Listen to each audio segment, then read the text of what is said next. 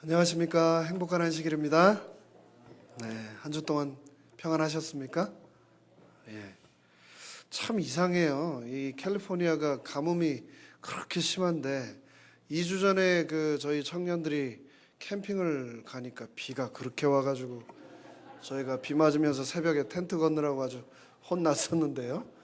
오늘 또 저희 리빙워터 펠로십 우리 청년들이 또 1년에 한 번 가는 캠핑을 가는데 이렇게 비가 흐리고 아무래도 이 캘리포니아를 위해서 저희가 열심히 캠핑을 가야 할 것 같습니다. 캠핑만 가면 비가 오니 저희가 열심히 또 캠핑을 가야 되지 않을까 그런 생각을 해봤습니다. 지난 한 주 동안 저는 팜스프링스에서 있었던 남가주 연합 노인회 가을 연수에 참석을 하고 왔는데요. 거기에서 참 많은 분들을 처음 새로 뵙고 또 그분들과 식사하고 또 교제하면서 특별한 정말 은혜로운 시간을 보냈습니다. 그 집회가 은혜로운 집회가 될 수 있도록 저희 교회에서 참석하신 여러 어르신들과 또 저를 위해서 기도를 해주신 여러분 모두에게 진심으로 감사를 드립니다. 전부 해서 128분이 참석을 하셨답니다. 작년보다 한 30분이 더 참석을 하신 거라고 주최 측에서 말씀을 하셨는데요. 설교자로서 설교를 하기 가장 힘든 대상이 누굴까요? 여러분 생각하시기에는 설교하기 가장 힘든 대상이 누구라 생각을 하십니까? 저는 제 개인적으로 지금 처한 상황에서 우리 잠옷반에 어린 아이들이 있죠. 그 아이들한테 이 설교하는 것 아니면 그 어린 아이들의 부모들을 모셔놓고 설교하는 게 너무너무 참 힘들더라고요. 무슨 말을 하는지 모르겠어요. 제가 정신이 하나도 없어가지고 애들은 천방지축 막 뛰어다니고 싸우고 구르고 엄마들은 또 애들 보느라고 정신이 또 하나도 없고, 그래서 참 이 메시지가 가도 이 반응이 없고 리스폰스가 없기 때문에 굉장히 이렇게 챌린징한 그 그룹이 이렇게 어린 아이들과 또 그 어린 아이들의 부모 그룹이라고 생각을 합니다. 근데 반대로 설교하면서 설교를 들으시는 청중 못지않게 설교를 하는 당사자, 설교자가 가장 큰 힘과 용기를 얻게 되는 그런 그룹은 어떤 그룹일까? 제가 해보니까 우리 어르신들께 이렇게 말씀을 전할 때 설교를 하는 저보다 들으시는 분들보다 제가 더 큰 감화와 은혜를 받는 경우가 참 많았습니다. 집회 보통 한 30분 전이면 꽉 차게 앉아 계세요. 그리고 찬미도 젊은 사람들보다 더 열심히 아주 그냥 눈을 감고 얼마나 열심히 마음으로 부르시는지 모릅니다. 또 예배 시간에는 눈들이 또 얼마나 초롱초롱하신지 몰라요. 게다가 이 준비한 이 설교문들 한 문장 한 문장 드릴 때마다 또 아멘을 얼마나 크게 하시는지 모릅니다. 그렇게 열심히 들으시니 설교 준비하는 사람이 잠을 잘 수가 없습니다. 열심히 준비를 해야 될 거 아닙니까? 그래서 연합 노인 수련회 그 말씀 부탁을 제가 오래전에 받고 오래전부터 준비를 했는데 지난 2박 3일 이틀 자면서 제가 첫날은 2시간밖에 잠을 못 잤고요. 둘째 날도 한 4시간밖에 잠을 못 잤습니다. 제가 아마 그렇게 공부를 했으면 굉장히 잘했을 거예요. 그 열심히 들으시는 그분들 때문에 제가 더 말씀을 열심히 준비를 했고, 그래서 저에게 그 누구보다 더 저에게 큰 은혜가 되는 그런 시간이었던 것 같습니다. 근데 제가 우리 이 남가주에 있는 어르신들을 뵈면서 참 인생을 너무나 아름답게 열심히 충성스럽게 사셨다, 그런 생각을 제가 참 많이 하게 됐는데요. 저런 게 진짜 명품 인생 아닌가 그런 생각을 해보았습니다. 성경에도 보면은 예수님 만나고 죽을 때까지 초지일관 오로지 복음만을 위해서 살아간 수많은 우리 믿음의 선조들이 있는데요. 그 중에서도 자신의 삶을 아름다운 향기로운 제사로 하나님께 바치고 이 땅에서 사라진 명품 인생을 산 한 사람, 바로 오늘 제가 말씀드리고자 하는 이 한 인물이 유독 제 가슴속에 지난 한 주 와 닿았습니다. 그래서 오늘 저는 이 시간 명품 인생이라고 하는 제목으로 말 그대로 명품 인생을 살았던 한 인물을 소개해 드리고자 합니다. 그 주인공을 만나기 위해서 다 함께 디모데후서 4장 속으로 들어가 보도록 하겠습니다. 디모데후서 4장 1절로 8절까지의 말씀인데요, 제가 읽어드리도록 하겠습니다. 디모데후서 4장 1절로 8절의 말씀입니다. 하나님 앞과 산 자와 죽은 자를 심판하실 그리스도 예수 앞에서 그의 나타나실 것과 그의 나라를 두고 엄히 명하노니 너는 말씀을 전파하라. 때를 얻든지 못 얻든지 항상 힘쓰라. 범사의 오래 참음과 가르침으로 경책하며 경계하며 권하라. 때가 이르리니 사람이 바른 교훈을 받지 아니하며 귀가 가리우어서 자기의 사욕을 좇을 스승을 많이 두고 또 그 귀를 진리에서 돌이켜 허탄한 이야기를 좇으리라. 그러나 너는 모든 일에 근신하여 고난을 받으며 전도인의 일을 하며 내 직무를 다하라. 관제와 같이 벌써 내가 부음이 되고 나의 떠날 기약이 가까웠도다. 내가 선한 싸움을 싸우고 나의 달려갈 길을 마치고 믿음을 지켰으니 이제 후로는 나를 위하여 의의 면류관이 예비되었으므로 주 곧 의로우신 재판장이 그날에 내게 주실 것이니 내게만 아니라 주의 나타나심을 사모하는 모든 자에게니라. 아멘. 이 디모데서, 특별히 디모데후서는 우리가 잘 아는 바대로 바울이 감옥에 갇혀서 바울이 쓴 마지막 편지서 성경입니다. 그의 유언을 담은 성경이지요. 이 편지서인 디모데후서를 누구에게 썼는가? 바로 노년이 되어서 믿음 안에서 아들이 된 디모데 목사에게 쓰고 있는 것입니다. 노인이 되어서 감옥 안에서 외롭게 이 편지를 써 내려간 겁니다. 제가 한국에서 삼육대학에서 신학을 공부할 때 군대를 마치고 복학을 해봤더니 없었던 학과가 하나 생겼더라고요. 그게 무슨 학과냐면 사회복지학이라고 하는 그 학과가 전공이 생겼었습니다. 그래서 가을 학교 축제 때 학과마다 여러 가지 행사를 하는데 이 사회복지학과라고 하는 그 부스에 가봤더니 체험 프로그램을 하나 그 학과에서 했는데 그게 뭐였냐면 노인 체험 프로그램이었습니다. 노인 체험 프로그램. 그래서 한번 해봤어요. 무엇인가 봤더니 온몸 여기저기에 두꺼운 모래 주머니를 채우더라고요. 그리고 나서 또 다리가 잘 구부러지지 않게 무릎과 팔목이 있는데 아주 두꺼운 옷을 또 입혔습니다.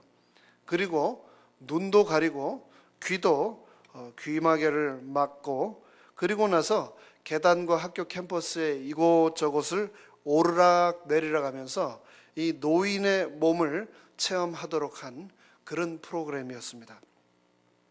노인이 된다는 것 참 불편한 일입니다. 당장 저항력도 많이 떨어져서 조금만 무리하면 자꾸 몸이 아프고 또 젊어서 걸리지 않던 여러 질병에 시달리기가 쉽습니다.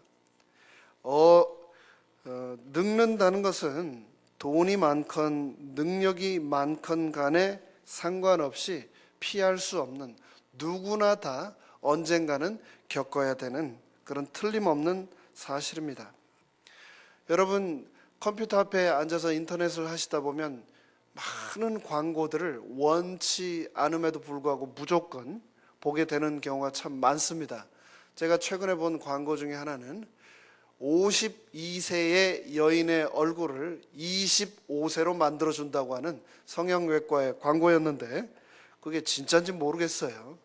그만큼 누구나 다 늙어 노인이 되기를 원치 않고 젊게 살기를 원하는 것, 그것이 바로 이 세상입니다. 하지만 그 누구도 막을 수가 없습니다. 저희 아버지를 오랜만에 제가 지난 봄에 모셔서 저희 집에 3개월 정도 지내면서 이렇게 같이 살았었는데, 저희 집안은 특징이 이 흰머리가 나지 않거든요. 저희 아버지들이 다. 그런데 흰머리가 보이시대요. 그러니까 나이가 드시는 겁니다. 그렇죠? 네. 누구나 다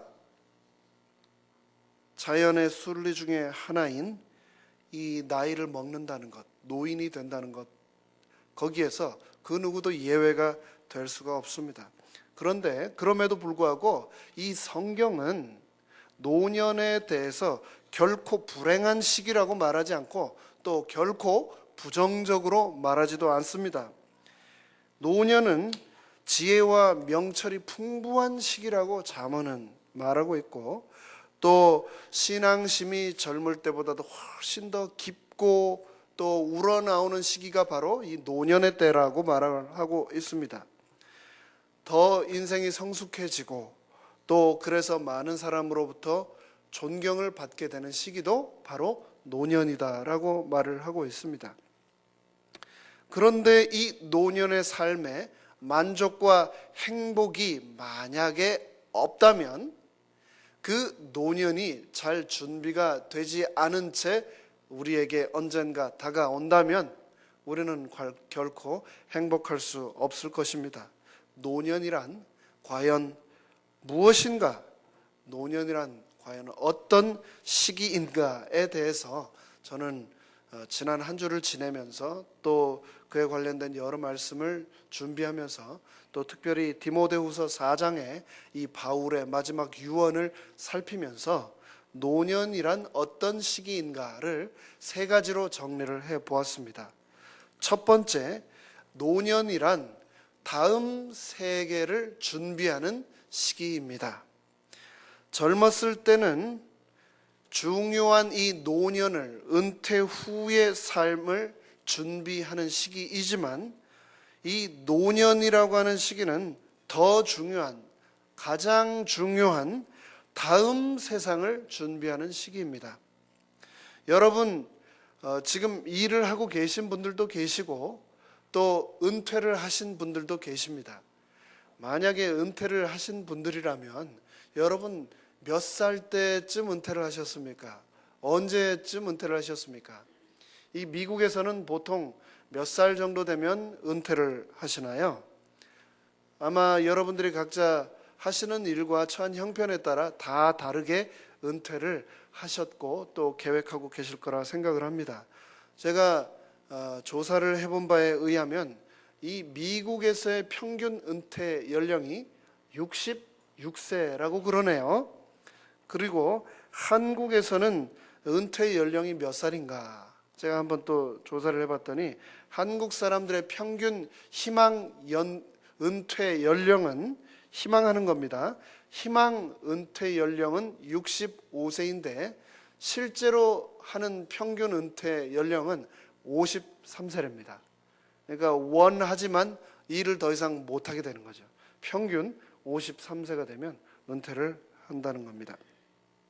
미국도 보니까 이제 1960년생 이후로는 소셜 시큐리티를 67세 이후에 수령하게 이렇게 법이 또 바뀌고 있다라고 하는 걸 또 알게 되었습니다. 은퇴가 빠른 직업군이 있고 은퇴가 느린 직업군이 있는데, 은퇴가 유독 빠른 직업군이 있는데 어떤 직업들이 그럴까요? 운동선수들이 그렇죠. 운동선수들이. 신체적 능력이 일정 수준 이상 유지하지 못하면 운동선수들은 더 이상 운동을 할 수가 없습니다. 그러면 은퇴를 해야죠.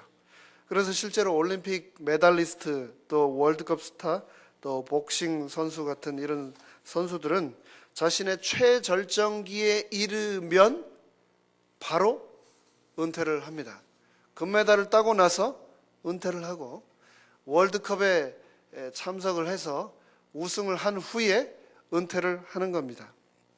이 프랑스 생물의학 및 스포츠 연구소인 이르메스라고 하는 이 단체에서 올해 2015년 4월 13일자로 발표한 이 연구 리서치 결과에 의하면은 이 운동선수들 2,000명을 조사를 했더니 이 사람들이 평균 몇 살에 은퇴를 했냐면 운동선수들이 10대 후반부터 점점 기량이 올라간답니다. 그러다가 20대 초반의 절정에 이르다가 20대가 조금 넘어서면 벌써 떨어지기 시작을 한다고 그래요. 그래서 운동선수들의 신체 기량이 절정이 달하는 시기인 평균 26.1세에 운동선수들이 은퇴를 한답니다. 26세 은퇴를 하는 겁니다. 수영선수들은 신체 전성기 나이가 그보다도 더 빠르대요. 격렬한 운동이니까 그러겠죠. 수영선수들의 평균 은퇴 연령은 21살. 몸으로 하는 스포츠 말고 머리로 하는 스포츠 중에 대표적인 것 중에 하나를 꼽으라면 이 서양 문화권에서는 체스를 우리가 꼽을 수 있을 겁니다. 근데 이 체스 고수들의 두뇌 능력이 이 운동 선수들의 능력과 비교를 해보았을 때 체스 선수들의 평균 최정점, 그들의 능력이 최고로 발현되는 최고의 클라이막스 때가 언제인가. 그래서 그 후에 은퇴를 하는 때가 언제인가 봤더니 31.4세. 머리를 쓰는 스포츠도 31살이 되면 벌써 내리막길로 내려가는 겁니다. 그러니까 사람이 별로 자랑할 게 없습니다. 정말 우리의 청춘과 젊음은 한순간에 이렇게 정점을 찍고 내려간다는 거죠. 대한민국에서도 대표적으로 아주 유명한 운동선수를 꼽으라면 피겨 여왕 김연아 선수를 꼽을 수 있을 텐데요. 이 김연아 선수는 6살 때 피겨 스케이팅을 시작해가지고 작년 2014년 4월 17년의 선수 생활을 마감하고 24살 나이에 은퇴를 했습니다. 우리 인간도 늙거나 병들지 않고 이 운동선수들처럼 말입니다. 자신의 절정기에 아주 화려하게 인생의 클라이막스를 탁 치고 거기서 우리 인생을 탁 은퇴를 하면 얼마나 좋을까요? 우리의 삶이 딱 거기서 마침표가 찍혀지면 얼마나 좋을까요? 모든 사람들이 나의 가장 영광스러웠던 가장 아름다운 모습만 기억을 할 텐데 그때 우리가 인생의 마침표를 찍고 우리 인생에서 은퇴를 할 수 있습니까? 할 수가 없습니다. 미국이 66세에 은퇴를 하고 한국 사람들이 53세에 은퇴를 하지만 53세에 죽습니까? 66세에 죽나요?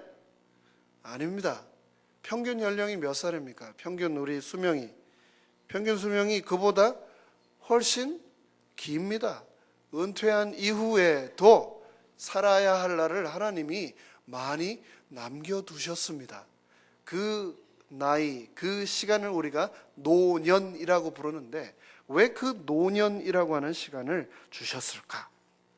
아름다운 장면만 기억되면 좋을 텐데 우리는 사회에서 사람들의 기억 속에서 점점 희미하게 사라지고 육신은 쇠약해지고 그렇게 외롭게 또 때로는 고독하게 눈을 감도록 왜 하나님은 일부러 이 노년이라고 하는 시간을 모든 사람들에게 허락하셨을까?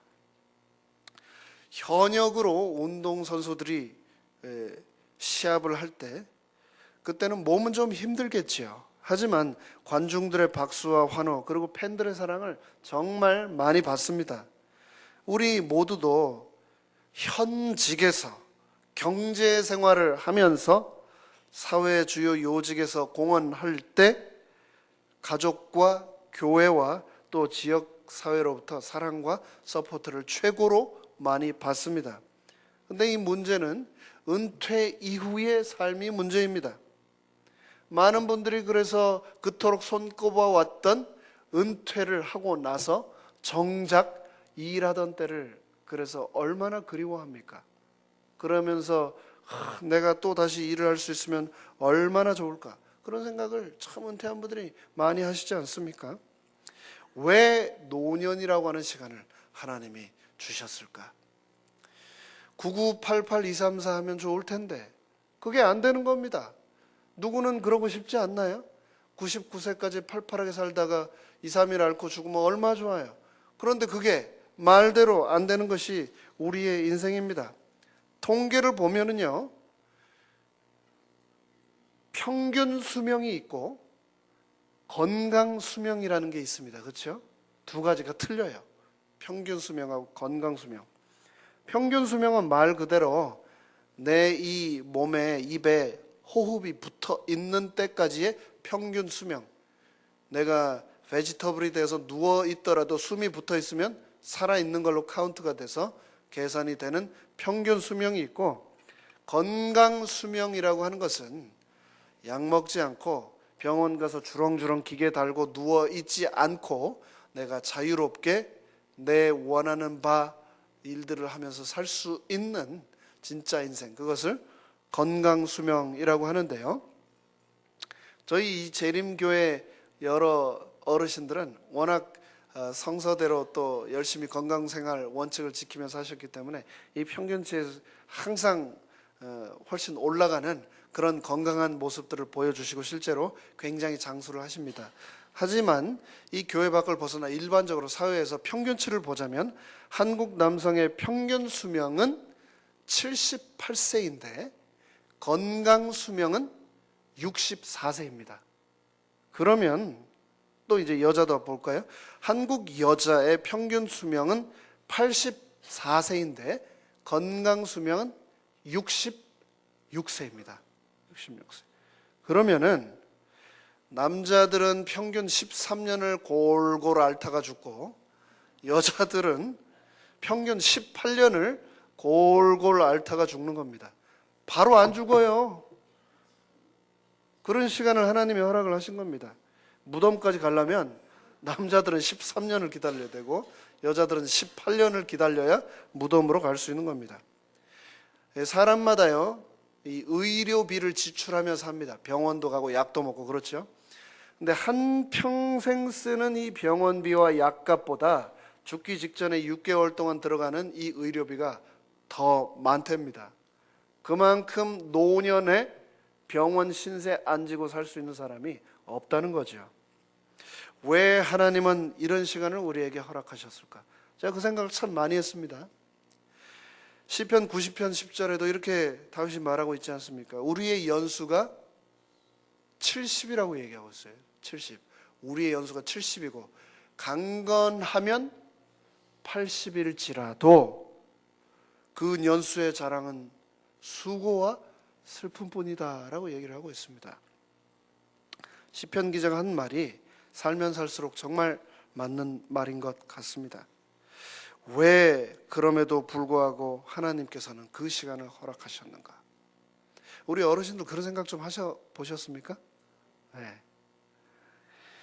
많은 사람들은 태어날 때부터 인생은 불공평하다고 말합니다. 인생이 공평한가요? 불공평한가요? 불공평해요. 네. 오죽하면 여기 서양 속담에 은수저를 입에 물고 태어난다라고 하는 말이 있겠습니까?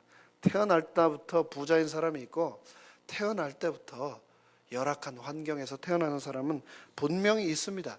인생은 불공평합니다. 그런데 나이가 들면 들수록 인생을 살면 살수록 불공평해서 점점 공평적으로 옮겨져 갑니다. 그래서 제가 찾아본 글에 보니까 이런 얘기가 있네요. 우리 모두는 공평하다. 40대는 지식이 공평해진다. 40대가 되면 대학을 나왔건 안 나왔건 다 똑같아진다.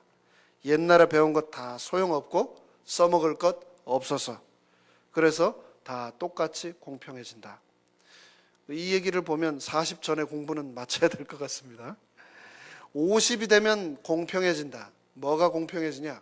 외모가 공평해진다.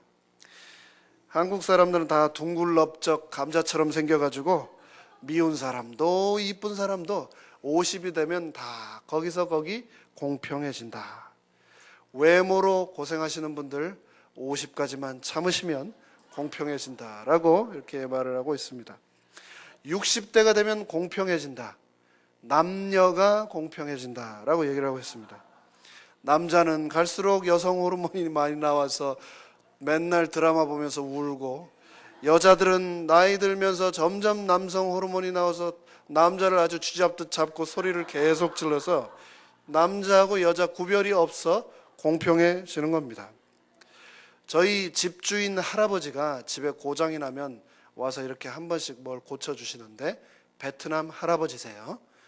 그런데 이 할아버지가 와서 집에서 뭘 고치고 있으면 저희 집 꼬마들이 관심이 있잖아요.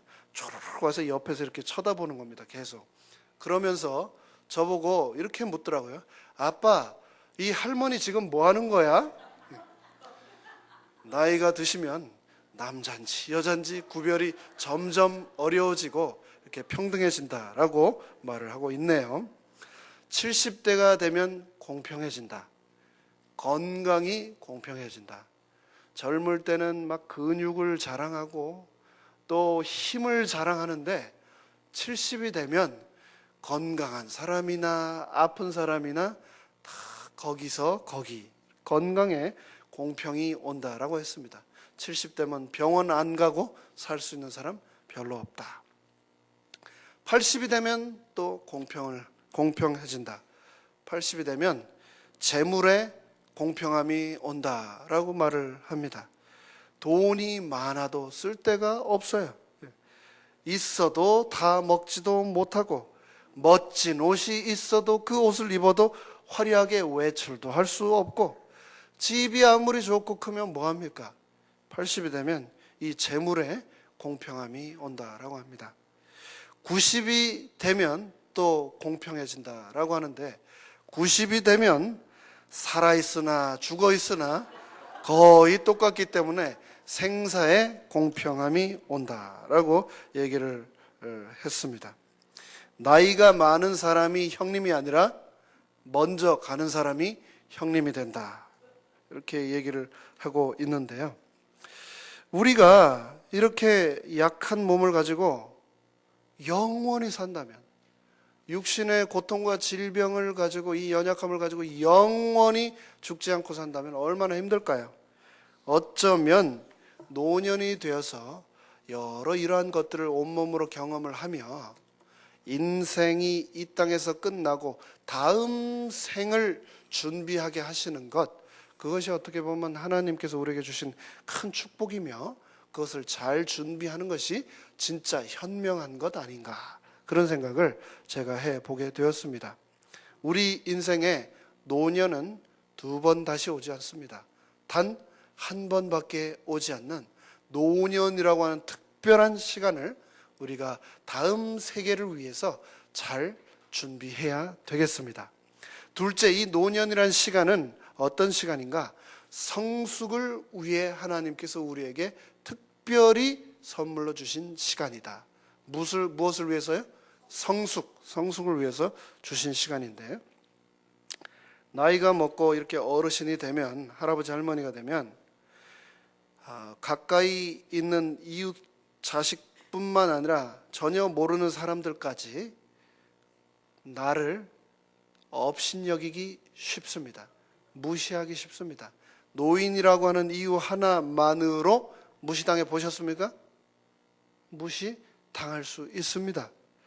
게다가 나 자신은 그러지 않으려고 노력을 해도 금방 들은 말인데 돌아서면 하나도 기억이 안 나요. 분명히 나를 뭐라고 흉도 보고 뭐 한 것 같은데 그것도 뒤돌아서면 기억이 안 나는 겁니다. 조금만 말을 잘못해도 주위에서 뭐라고 하냐면 치매 왔냐고. 요번에 보니까 할아버지 할머니들끼리도 그 얘기를 많이 하시대요. 서로 놀리시면서 말을 조금만 실수해도 노망이 들었다는 소리, 이런 소리를 많이 듣게 되는 겁니다. 특히나 조금만 섭섭한 소리를 들어도 가슴 속에 멍이 들어요. 그게 바로 노년의 삶입니다. 그런데 거기서 좀 더 문제가 심각해지면, 누가 조금만 칭찬을 해주면 금방 귀가 솔깃해가지고 판단력을 잃어버리게 되는 것, 그것이 또 이 노년이다라고 말을 하고 있습니다. 밖에서 환영해 주는 사람 없고 집에 돌아와 보면 변한 것 하나도 없고 아무도 옆에 있어 주지 않고 또 이야기할 사람도 없고 가르칠 수 있는 사람도 없는 그 신세가 바로 이 노인의 신세다라고 말을 했습니다. 왜 노인이 무시를 당하는가? 물론 모든 노인이 무시를 당하는 건 아니죠. 그런데 왜 나이를 이렇게 많이 드시고도 혹 때로는 이렇게 무시를 당하게 되는가? 왜 그 말에 귀를 기울이지 않는가? 모든 사람들은 누군가의 도움을 받아 성장을 합니다. 그 도움 주는 사람을 리더라고 그러죠. 엄마의 손을 잡고 선생님의 손을 잡고 우리는 자라나고 배워왔습니다. 그렇게 받아온 우리가 장성한 어른이 되어서는 누군가를 또 끌어주는 리더로서 살아가게 되어 있습니다. 누구나 다 리더입니다. 누구나 다 리더인데 이 리더로서 노년을 어떻게 보내야 존경받고 사랑받을 수 있을 것인가? 리더십 이 티어리에는 굉장히 많은 나름대로의 이 설명과 해석이 있습니다. 그런데 이 리더십을 아주 간단하게 한 3단계로만 분류를 좀 해보자면 첫 번째 이 리더십 스타일은 뭐냐면 두려움 때문에 말을 듣게 하는 원초적인 리더십이 있습니다. 엄마들이 어떻게 합니까? 애들 때려요. 막 말 안 들으면 때려. 그러니까 안 맞으려고 애들이 말을 듣는 겁니다. 그런 엄마의 리더십, 첫 번째 이 원초적 리더십, 두려움 때문에 말을 듣게 하는 거죠. 두 번째, 그보다 조금 수준이 높은 두 번째 단계의 리더십은 무엇인가 얻을 것이 있기 때문에 말을 듣는 리더십. 직장에서 상사들의 말을 왜 듣습니까? 아이고, 내가 저 말 같지 않은 것 그래도 듣고 가만히 있어야 밥 벌어 먹고 사니까, 뭔가 받아 먹을 게 있으니까 그냥 말을 들어주고 따라주는 겁니다. 그런 리더십이 두 번째 리더십이라고 볼 수가 있겠죠. 그런데 리더십에서 우리가 궁극적으로 이루어야 할, 도달해야 될 그런 리더십이 마지막 단계의 리더십은 존재 자체가 힘인 그런 리더십이 있습니다. 예를 들어 인도의 그 수억의 인구 사람들이 허름한 낡은 옷 한 벌 걸치고 물레만 돌리고 있었던 이 간디의 존재 하나만으로 그들은 하나가 될 수 있었고 영국으로부터 독립을 할 수가 있었습니다. 인도의 가난한 그 빈민가에서 마더 테레사의 그 존재 하나만으로, 또 마틴 루터 킹이라고 하는 그 목사의 존재 그 존재만으로 엄청나게 많은 사람들이 움직이고 앞을 향해 함께 나아갔던 겁니다.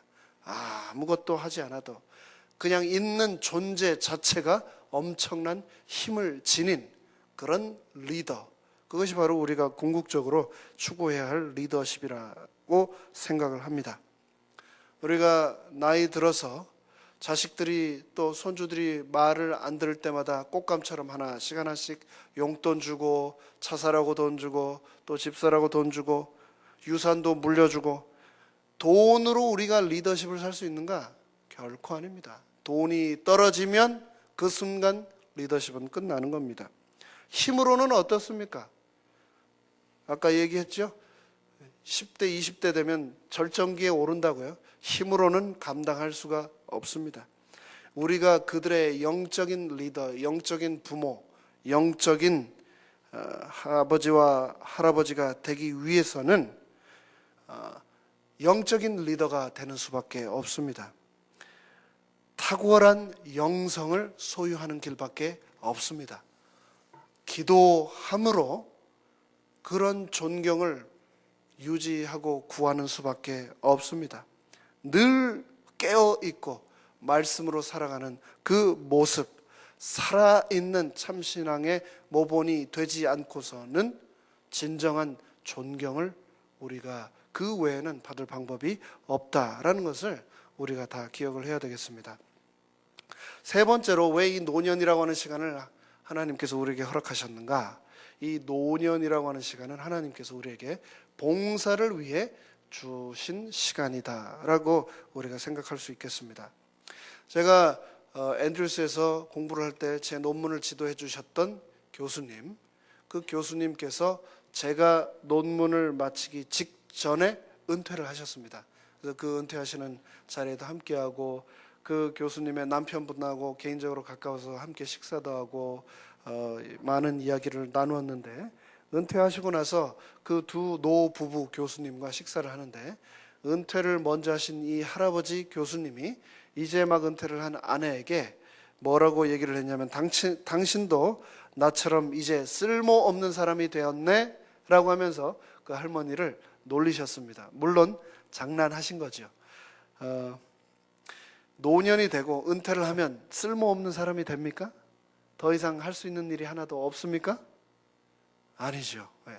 그때부터 진짜 그 전까지는 나만을 위해서 살아왔는데, 그때부터 나자 밑에 미음이 붙어서 누구를 위해 살 수 있는 삶이 되는 겁니까? 남을 위해 살 수 있는 삶을 하나님이 주신 겁니다.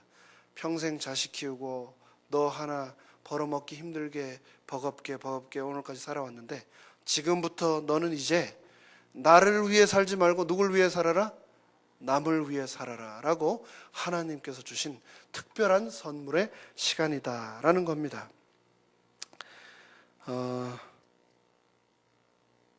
누구나 다 우리는 노년을 맞을 것입니다. 그리고 맞으신 분도 계실 것입니다. 그러한 우리가 과연 어떠한 마음가짐으로 어떻게 살아가느냐에 따라서 나의 이 노년이, 나의 인생이 명품이 될 수도 있고 짝퉁이 될 수도 있다라고 성경 디모데후서 4장에서 바울은 분명하게 우리에게 보여주고 있습니다. 우리가 읽은 디모데후서 4장 2절에서 바울은 우리에게 이렇게 말하고 있습니다. 너는 무엇을 전하라? 말씀을 전하라. 때를 얻든지 못 얻든지 어떻게 하라고요? 항상 힘쓰라. 이것이 정말 아름다운 명품 인생 아닙니까? 비록 머리는 백발이 되었고 육신은 연약하여져서 감옥에 갇혀 있을지라도 마음속에 불타는 이 열정을 품고 있는 한 하나님께서는 그의 삶을 가장 아름다운 제사로 받으신다고 분명히 디모데후서에서는 우리에게 보여주고 있습니다. 그러면서 6절에서 사도 바울은 자신의 삶을 이렇게 표현하고 있습니다. 전제와 같이 내가 벌써 부어지고 나의 떠날 시각이 이제 가까웠도다. 전제라고 하는 것, 또 다른 성경 번역본에서 관제라고 하고 있는 이것은 제사 중에서 영어로는 drinking offering입니다. 물로, 액체로 이루어진 제사입니다. 이 전제, 관제, drinking offering은 모든 제사의 마지막으로 드려지는 제사입니다. 마지막으로 드려지는 제사이며 동시에 모든 한 방울까지 다 바쳐지는 제사입니다. 이 제사는 특징이 한 가지 있는데, 부어진 이후에 향기만 남긴 채 사라져버리는 제사다라고 하는 특징을 가지고 있습니다. 이 포도주가 제물과 제단 위에 부어져 그곳에 스며 흘러 들어가 없어져 버리는 겁니다. 자신은 수증기가 되어서 빛도 없이 이름도 없이 사라져 버리는 겁니다. 마치 초가 자신의 몸을 녹여가며 빛을 만들어내는 것처럼 소금이 자신의 몸을 녹여서 음식이 썩지 않고 맛을 내는 것처럼 사도 바울은 자신의 인생을 하나님 앞에 마지막으로 관제와 같이 부어서 나의 모든 삶을 하나님께 나는 드리겠노라 라고 말을 하고 있는 것입니다. 이것이 바로 사도 바울의 유언 아닙니까? 유언. 죽기 전 감옥에 있으면서 로마를 향한 그의 전도의 열정을 불사르면서 내가 로마로 가서 죽게 될 지언정 내 이 모든 삶을 남은 한 방울 피까지 예수님이 십자가에 흘렸던 것처럼 내 모든 것 하나님께 관제로 드리리라고 고백을 하고 있는 것입니다. 그러면서 사도 바울은 자신에게 주어진 모든 인생의 경주를 다 마쳤다라고 7절에 기록을 하고 있습니다. 경주를 마쳤다라고 하는 이 말은 바울이 이 인생의 경주에서 이겼다라고 하는 말이 아닙니다. 승리하였다라는 말이 아니고 끝까지 충성스럽게 포기하지 않고 경주를 끝까지 마쳤다라는 말입니다. 사도 바울은 남은 생명을 그리스도와 온 교회를 위해서 산 제물로 순교의 제단에 바치겠다고 결심하고 있는 겁니다. 내 자신이 하나님께 온전한 산 제사로 드려진다면 때를 얻든지 못 얻든지 항상 힘쓰는 삶을 우리 인생 노년 끝까지 충성을 그렇게 다 한다면 하나님께서 나의 인생도 명품 제사로 받으실 것입니다. 이제 전도회가 열흘 앞으로 다가왔습니다. 제가 계속 해오던 민수기 시리즈를 잠시 접고 이 디모데후서 4장에 바울의 마지막 유언을 여러분들께 드리는 이 이유는 사도 바울처럼 우리가 때를 얻든지 못 얻든지 항상 힘써 예수님의 사랑을 우리 모두가 전해야 되지 않겠는가, 그 부탁을 드리기 위해서 이 말씀을 준비를 했습니다. 나의 인생을 그렇게 하나님께 귀한 제물로 드릴 때에 하나님께서는 나의 이 아름다운 관제를 기뻐 받으실 것입니다. 명품 인생, 또 위대한 노년, 아름다운 인생의 하이라이트를 우리 모두 소망하며 살게 되시기를 간절히 바라면서 오늘의 말씀을 마치겠습니다. 감사합니다.